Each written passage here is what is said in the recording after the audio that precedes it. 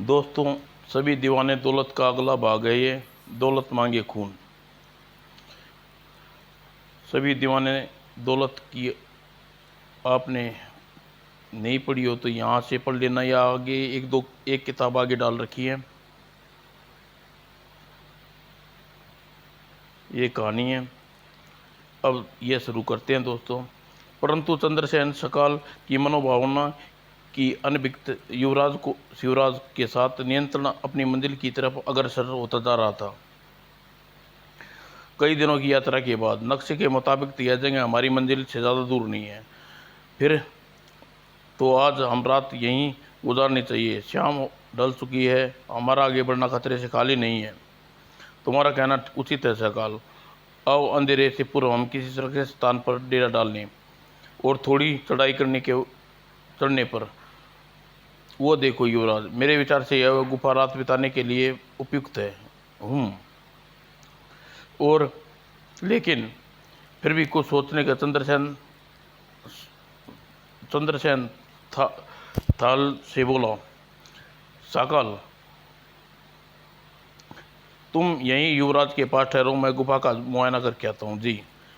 और फिर चंद्रसेन शिवराज की सुरक्षा की जिम्मेवारी सकाल को सौंपकर गुफा की ओर बढ़ गया। गुफा में दाखिल होगा चंद्रसेन किसी भी खतरे से प्रेरित निश्चित हो गया। सब ठीक है, आ जाओ, चले आओ। और सकाल और शिवराज गुफा में पहुंचने के बाद तीनों भोजन किया और सुस्ताने लगे। सफ़र की थकान के कारण तीनों की आंख लग गई। और उधर बोना जादूगर अपनी शैतानी शक्ति से का हवन कर रहा था। ए महाकाल के दूत प्रकट हो। अगले पल हा हा हा हा। और थोड़ी देर बाद, बोल मेरे आका, तूने मुझे क्यों याद किया? क्या चाहता तू मुझसे? तुम जानते हो मेरे दुश्मन अभी तक जीवित हैं, मैं उनकी मौत चाहता हूँ। चंद्रसेन के रहते तू उनका बाल विवाह का नहीं कर सकता। तू देख चुका है, तेरी हर कोशिश नाकाम सिद्ध हुई है। अब वक्त है, मनुष्य दौलत को पाने का ख्याल छोड़ दे, वरना तेरी बर्बादी हो जाएगी। और दौलत खून मांग रही है, खून। मैं तुझे अपनी दुश्मनों की मौत दूं मैं अपने दुश्मनों को मौत का खून दूंगा। बता मेरे दुश्मन इस वक्त कहाँ हैं? जैसी तेरी मर्जी। इतना कहकर महाकाल ने अपना विकराल मुंह खोला, और अगले ही पल बोना जादूगर महाकाल के विकराल मुंह में खुले में चंद्रसेन युवराज और सकाल को पहाड़ी के बीच निंद्रा मग्न अवस्था में देखकर ठाका मारकर हंस पड़ा। हे, यही मौका है, शिवराज को चुपचाप उठा लाता हूँ। और बोना जादूगर मस्तिष्क में तेजी से सक्रिय हो गया। कल अमावस है और सिद्धराज 12 वर्ष पूरे होंगे। मैं अपनी मदद से खजाने की चाबी हासिल कर यहाँ से प्रस्थान कर जाऊंगा। उसके बाद चंद्रसेन मेरा कुछ भी नहीं बिगाड़ सकता ही। और जादूगर निश्चित हो गया और महाकाल को वापस जाने की आज्ञा दी। और तत्पश्चात थोड़ी देर बाद जल महल की छत पर खड़ा होकर कोई मंत्र बुड़बुड़ाया, ओम क्रिं क्रिं क्रिं क्रिं क्रिं। और अगले क्षणों उपरांत वह बोना जादूगर विशाल चमगादड़ का रूप धारण कर लिया, उड़ने लगा। और थोड़ी देर बाद ही फिर वह गुफा में दाखिल होगा। बोना जादूगर जब खतरे का नियंत्रण निश्चित हो गए, तुरंत अपना असली रूप में आया। और अगले ही पल बड़ी सावधानी से उसने सोते हुए युवराज को अपनी बाहों में उठाया। और नियंत्रण अब स्थित मेरे कब्जे में है, और खजाने तक मेरे सिवा कोई नहीं जा पहुंच सकता। मन ही मन झुलाता हुआ बोलना फौरन गुफा से बाहर निकला। और फिर शिवराज को बाएं मैंने उठाए जल महल की ओर चल दिया। और ठीक उसी समय चंद्रकांत की नींद खुली। अरे युवराज स्थिर कहाँ गया? सिकरात अपनी जगह पर न देख चंद्रसेन आश्चर्य पड़ गया। और तभी उसके मस्तिष्क में एक विचार क्रोधा, कहीं सिकराज बोना जादूगर तो नहीं उठा ले गया?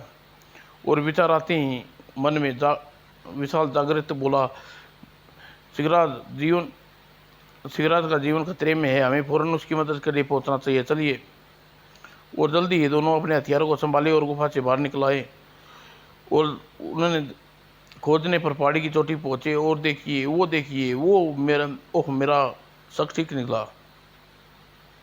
स्थिति को भांपते हुए फौरन निष्कर्ष बोला, अब हमें देर नहीं करनी चाहिए। कहने के पश्चात ही दोनों सागर में छलांग लगा दी और चंद्रशेखर से पहले सागर में कूद गया। और फिर वे बड़ी तेजी से पानी में चीरते हुए जलमहल की ओर बढ़ने लगे, लेकिन तब तक बोना जादूगर अपनी नज़रों से ओझल हो चुका था। जब वे जलमहल के समीप पहुंचे, यहाँ तो अंदर दाखिल होने के लिए कोई रास्ता नजर नहीं आ रहा। न जाने बोना जादूगर कहाँ गायब हो गया। घबराओ नहीं सकाल, हमारे पास तिलस्म महल का नक्शा मौजूद है। यहाँ द्वार पर लगता है, द्वार का पता लगाना कठिन नहीं होगा। इतना कहकर चंद्रसेन ने तबीज निकाला और उसमें तिलस्म महल का नक्शा तिलस्म किले का नक्शा था। नक्शे का जायजा लेने के बाद चंद्रसेन ने नक्शा वापस तबीज में रख दिया और सकाल के पीछे पीछे आने का आदेश दिया और समय एक और चल दिया। थोड़ी देर बाद, यह देखो, यही है वह कुआं जिससे होकर हम तिलस्म के किले में दाखिल हो सकते हैं। मगर सकाल ने विरोध में कुछ कहा चाहा, लेकिन चंद्रसेन कुएं में छलांग लगाते देख खामोश हो जाना पड़ा। उफ, यह कमबख्त तो अपने साथ मुझे भी मरवाएगा। लेकिन जैसे ही उसने चंद्रसेन को ओझल होते देखा तो वह भी कुएं में कूद गया और अगले ही पल सकाल के जिस्म शून्य में लहराते तेजी से नीचे गिरा। उफ, यह कुएं में पानी का नामो निशान भी नहीं है। और जल्दी ही वह सकाल का शरीर धरती से टकराया। दाह, लेकिन चोट की परवाह न किए बिना सकाल तेजी से कलाबाजी खाता हुआ अपने पैरों पर खड़ा हुआ और तभी उसकी नज़र चंद्रसेन पर पड़ी और परवश होठों से निकला, युवराज, यह हमें कहाँ पहुँचा दिया? हम सही जगह पहुँचे हैं, मेरे पीछे आओ। बड़ी सावधानी से उसने सुरंग की ओर आगे बढ़े और तभी कुछ दूर आगे बढ़े थे। ओह बचाओ! और सकाल ने चीख सुनकर चंद्रसेन पलटा और तेजी से सकाल की मदद के लिए लपका। और फिर ओह, चंद्रसेन संभल कर खड़ा हुआ। तभी हा चंद्रसेन, अब तुम मेरी कैद में हो। इस कैद से तुम्हें मौत ही मुक्ति दिला सकती है। दोस्त जादूगर, हिम्मत है तो सामने आ, मुकाबला कर। तुम्हारी ऐसी इच्छा है, तुम्हें निराश नहीं करूंगा चंद्रसेन। न जाने दुष्ट कहाँ छुपा बैठा है। और तभी वो जादूगर सरपट दीवार के अंदर से गुफा में प्रविष्ट हुआ। लो, मैं तुम्हारे सामने आ गया। और वो ने जादूगर के सामने देखकर चंद्रसेन ने एक बार किया, तंटू ची। हाँ, तू मेरा कुछ नहीं बिगाड़ सकता चंद्रसेन, तुम्हारी तलवार मुझे छू भी नहीं सकती। बहुत गर्व है तुम्हें अपनी बहादुरी पर मैं तुम्हारा गर्व चूर चूर कर हो जाएगा। हाँ। और ठाका लगाता हुआ बोना जादूगर चंद्रसेन की नज़रों से ओझल हो गया। बोना जादूगर ओझल होते ही मुझे जल्द कैद से निकलने का प्रयास करना चाहिए। शिवराज और सकाल पर क्या बीती होगी? मन में विचार आते ही उसने चंद्रसेन से निकलने का प्रयास में जुट गया और काफ़ी प्रयास के बाद चंद्रसेन अपनी मुक्ति का राह नहीं मिला। उफ, यह सफलता अभी भी तक सफलता नहीं मिली। पता नहीं तय खाने तिलस्म का द्वार खोज पाऊंगा या नहीं। आखिरकार चंद्रसेन निराश होकर फर्श पे बैठ गया और तभी उसे आवाज़ सुनाई दी। और थोड़ी देर बाद ही युवराज और चंद्रसेन खामोशी रहने का इशारा किया और युवराज ने रस्सी को नीचे झटका। बिना एक पल गवाए चंद्रसेन रस्सी के सारे ऊपर चढ़ने लगा और ऊपर पहुंचकर, शाबाश युवराज, तुम मदद न करते तो मैं इस कैद से आजाद ना हो पाता। फिर कुछ ध्यान में आते चंद्रसेन बोला, लेकिन तुम तो जादूगर की कैद में थे। वह मूर्ख जादूगर मुझे सोया जानकर मेरी ओर से निश्चित हो गया था। और युवराज चंद्रसेन ने आपत्ति सुनाते हुए बोला, जैसे ही मैं मुझे एक सुंदर सुरक्षित कमरे में गद्दे पलंग पर छोड़कर वो बाहर की तरफ गया, मैं उसका पीछा किया। फिर थोड़ी देर बाद ही चंद्रसेन यहाँ तक पहुँचा, अभी मैं जा सकता हूँ। और फिर मैं जादूगर का क्रियाकलाप चुपचाप देखता रहा। फिर जैसे ही वह तिलस्मी कक्ष में से बाहर निकलकर अपने शयन कक्ष में जाकर लेटा। खुर्र, यही मौका है, मुझे अपने मित्र की मदद करने के तुरंत पहुंच जाना चाहिए, और मैं आपकी मदद के लिए करने यहाँ पहुंच गया, तो तुम उस दुष्ट जादूगर के कक्ष में भी ले जा सकते हो। हाँ क्यों नहीं, आइए। और चंद्रसेन उसका पीछा करने लगा। लेकिन अभी चंद्रसेन महल की सीमा में कदम रखा था, मोना जादूगर निंद्रा भंग हो गई। जरूर कोई अनजान मानव मेरे महल में आ पहुंचा है। और जल्दी ही बोने जादूगर को पता लग गया, सिर दी उस अनजान व्यक्ति को, और कोई नहीं, युवराज चंद्रसेन था। ओह, तो यह बात है।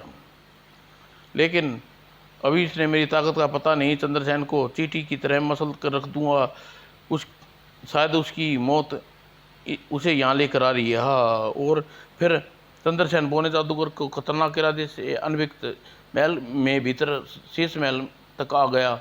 युवराज, तुम ठहरो, मैं जादूगर को अंत करने की अंत न कर लूँ। तुम्हारा सुरक्षित रहना मैं बहुत जरूरी है। लेकिन और अगले ही पल युवराज चंद्रसेन शीश महल के द्वार को पार कर गया, और चंद्रसेन ने अंदर कदम रखते ही द्वार स्वयं ही बंद हो गया, और सिर चीख उठा। राजकुमार चंद्रसेन द्वार खोलिए, लेकिन चंद्रसेन की कानों में धूप तक न रहेंगी, और चंद्रसेन आश्चर्य चिकित्सा खड़ा राजमहल शीश महल के बाहर निकलने का द्वार खोज रहा था, परंतु शीशे में अपना प्रतिबंध नजर आया। ओह, समझ गया, मैं नहीं आता। तिलस्म शीश महल का कैसे पार करूं? तभी हा, चंद्रसेन, तुम बच नहीं सकते, तुम्हारी मौत निश्चित है। यह तो वक्त बताएगा किसकी मौत निश्चित है। कहते हुए चंद्रसेन ने अपनी जादूगर पर वार किया। और ओह, यह तलवार तो आर पार जाने के बावजूद भी जीवित है। हा। और चंद्रसेन आश्चर्य पर काबू न रह पाया। जादूगर एका का दृश्य हो जाता। लेकिन दूसरे पल चंद्रसेन ने चारों तरफ बोने नजर आने लगे, और देख कर सोच में पड़ गया। समझ में नहीं आता, दुष्ट भ्रमित रूप से असली रूप ढूंढना होगा। हा, क्या सोच रहा है चंद्रसेन? वार करो, वार। हा। तुम मुझे जितना भी मारोगे उतनी बार जीवित होकर तुम्हारे सामने आता रहूंगा। हा। तभी चंद्रसेन ने सोच में मुस्कुरा कर बोला, मूर्ख जादूगर, बहुरूप धारण करके तू मुझे धोखा नहीं दे सकता। तेरी असली रूप पहचान चुका हूं। क्या बकते हो तुम? अपनी जोक में जादूगर तुरंत बोल उठा, और बोलते ही वह भ्रमित स्वयं अदृश्य हो गए। और बोने जादूगर सामने आते ही, अब तू मेरे हाथों नहीं बचेगा। दुष्ट, ओह, यह क्या मूर्खता कर बैठा। और जादूगर अपनी मूर्खता पर मल कर खींच उठा। अपनी मूर्खता पर मन ही मन खींच उठा। परंतु चंद्रसेन का वार अपने आप को बेखूबी बता गया। और लेकिन इससे पहले तो वह जादूगर बोना फर्श पर टिकते, और चंद्रसेन ने अपनी तलवार खींचकर मारी। और परंतु खतरा भापते हुए बोना जादूगर हवा में कलाबाजी खाते हुए तलवार के सामने से हटा। लेकिन बोना जादूगर अपने बचाव न कर सका। लेकिन चंद्रसेन की तलवार सीधे उसकी दीवार टकराई। और बोना जादूगर शरीर में चीख कर वातावरण में गूंज उठा, और तुरंत ही भाप गया कि बोना जादूगर की मृत्यु राजसंत शीशे में कैद है। अगले ही पल चंद्रसेन ने झटपट तलवार संभाल कर ली, और छन और दीवार पे शीशे का चूर चूर कर दिए। और हर शीशा की दीवार के साथ एक नया जख्म जादूगर के जिस्म पर उभरता चला गया, और उसकी दर्दनाक चीख वातावरण में गूंज उठती। शीशे टूटने के बाद बोना जादूगर खून से लथपथ निडाल फर्श पर ढेर हो गया। आखिर तुम्हें अपने कर्मों की सजा मिल गई। देखते ही बोना जादूगर जीवन लीला समाप्त हो गई, और बोना जादूगर मरते ही शीश महल पल में पुराना खंडर में नजर आने लगा। लगता है जादूगर के मरते ही शीशमहल का तिलस्म भी खत्म हो गया है। अब यहाँ कोई खतरा नहीं है। हाँ, और तभी सकाल भी वहाँ पहुँचा। राजकुमार चंद्रसेन, बधाई हो, आपने दुष्ट जादूगर को मारकर हमारी रक्षा, हर हाल हमारी हर मुश्किल को आसान कर दिया। तुम कहाँ थे सकाल? मैं कैद में था, लेकिन जल महल में तलस्म टूटते ही आज़ाद हो गया और तुम्हें ढूंढता हुआ यहाँ पहुँच गया। अब मेरे लिए क्या गया है राजकुमार? खजाने की चाबी को प्राप्त करने के लिए हमें काफ़ी समय बाकी है। अभी अमावस की रात कल है। और चंद्रसेन के कहने पर वे सब सो गए, वहीं लेटकर सुस्ताने लगे। लेकिन सकाल ने आंखें मूंद सोच रहा था, अब समय आ गया है जब चंद्रसेन को छुटकारा पा लिया जाए। लेकिन इसके रहते मैं अपने मकसद में कभी कामयाब नहीं हो सकता। सकाल के मकसद तेजी से सक्रिय हो उठा और सिर दियो ने किसी निश्चय पर पहुंच गया। लेकिन फिर भी न जाने क्यों सकाल की आंखें लग गई, और जब उसकी आंखें खुली तो काफ़ी दिन चढ़ गया था। और चंद्रसेन और शिकार गहरी नींद सोता देख निश्चितता ही सांस ली। शुक्र है चंद्रसेन अब भी सोया हुआ है, वरना सब चौपट हो जाता। अब मुझे देर नहीं करनी चाहिए। और अगले पल सकाल ने अपनी जगह से उठा और राजकुमार शिवराज को ऐसी जड़ी बूटी चुका हूँ, रात से पहले नींद नहीं टूटेगी। और जड़ी बूटी सुंघाने बाद चंद्रसेन को कभी होश नहीं आएगा। हा हा हा। और चंद्रसेन की जड़ी बूटी सुंघाने के बाद सकाल रात होने की प्रतीक्षा करने लगा। और फिर जैसे ही समय आया, सकाल को जगाते हुए बोला, तैयार हो जाओ, आज अमावस की घड़ी निकट आ गई है। यही समय है जब खजाने की चाबी हासिल कर सकते हो। ठीक है चाचा, हम तैयार हैं। और अगले पल शिवराज पत्थर के चबूतरे की ओर बढ़ने लगा। और अभी अमावस लगते ही युवराज जैसे 12 की उम्र पार की, सकाल तुरंत बोला, आओ आगे बढ़ो। और सकाल चाबी उठा लो, डरो मत। और चबूतरे से चाबी उठा ली और चाबी शिवराज के हाथ में आ गई। लाओ चाबी मुझे दे दो। नहीं, यह चाबी राजकुमार चंद्रसेन को ही दूंगा, मैं उन्हें जानता हूँ। चंद्रसेन के पास पहुंचकर मैं उसे जगाता हूँ। चंद्रसेन के पास पहुंचकर शिवराज ने कई आवाज़ें दी। चंद्रसेन नहीं जागा। तभी चंद्रसेन अब कभी नहीं जाएगा भतीजे, मैंने उसे तेरे शुभ चिंतक को हमेशा के लिए सुला दिया है। आपने चंद्रसेन की जान ली थी, आपको कभी माफ़ नहीं करूँगा। अब तेरी परवाह ही किसे है? जल्दी ही मैं तुझे तेरे पिता के पास पहुंचा दूंगा। तो मेरे पिता का हत्यारा की है। हाँ, मैंने तेरे पिता की हत्या की है। कहने के साथ ही सकाल ने शिकारी बाज से झपटकर अपनी बाहों में दबोच लिया। और उसी क्षण सकाल को उठाए बाहर चल उठा। छोड़ दे दोस्त, हम तुम्हें अपने पिता की खून का बदला लेंगे, अपनी जान से मार डालेंगे तुम्हें। तू बहुत चटपटा रहा है सांप के बच्चे, जल्दी ही तेरा भी सिर कुचल दूंगा। कहते हुए सकाल कसकर बाहों में भींच दिया और तुरंत ही अपनी चेतना खो बैठा। और खंडर में एक टूटी दीवार पर झरोखे पे बैठा एक सफ़ेद कबूतर सकाल की ये प्रत्येक हरकत को चुपचाप देख रहा था। और सकाल उस कबूतर की मौजूदगी की पूर्णतः बेखबर था। दुष्ट धोखेबाज नीच, तुझे तेरी करनी की सज़ा जल्द ही मिलेगी। और सकाल के जाते ही ज़मीन से उतरा और सफ़ेद कबूतर योगी कति कुमार के रूप धारण कर लिया। और कृति कुमार संजीवनी बूटी चंद्रसेन को सुंगा दी। अगले ही पल चंद्रसेन की मूर्छा टूट गई। जल्द ही चंद्रसेन पूरी तरह होश में आ गया। और होश में आते ही चंद्रसेन की नज़रें कीर्ति कुमार पर पड़ी। ओह योगी मित्र, तुम यहाँ? तुम भले ही मुझे याद न करो मित्र, पर मुसीबत की हर घड़ी में तुम्हारे निकट ही पाओगे।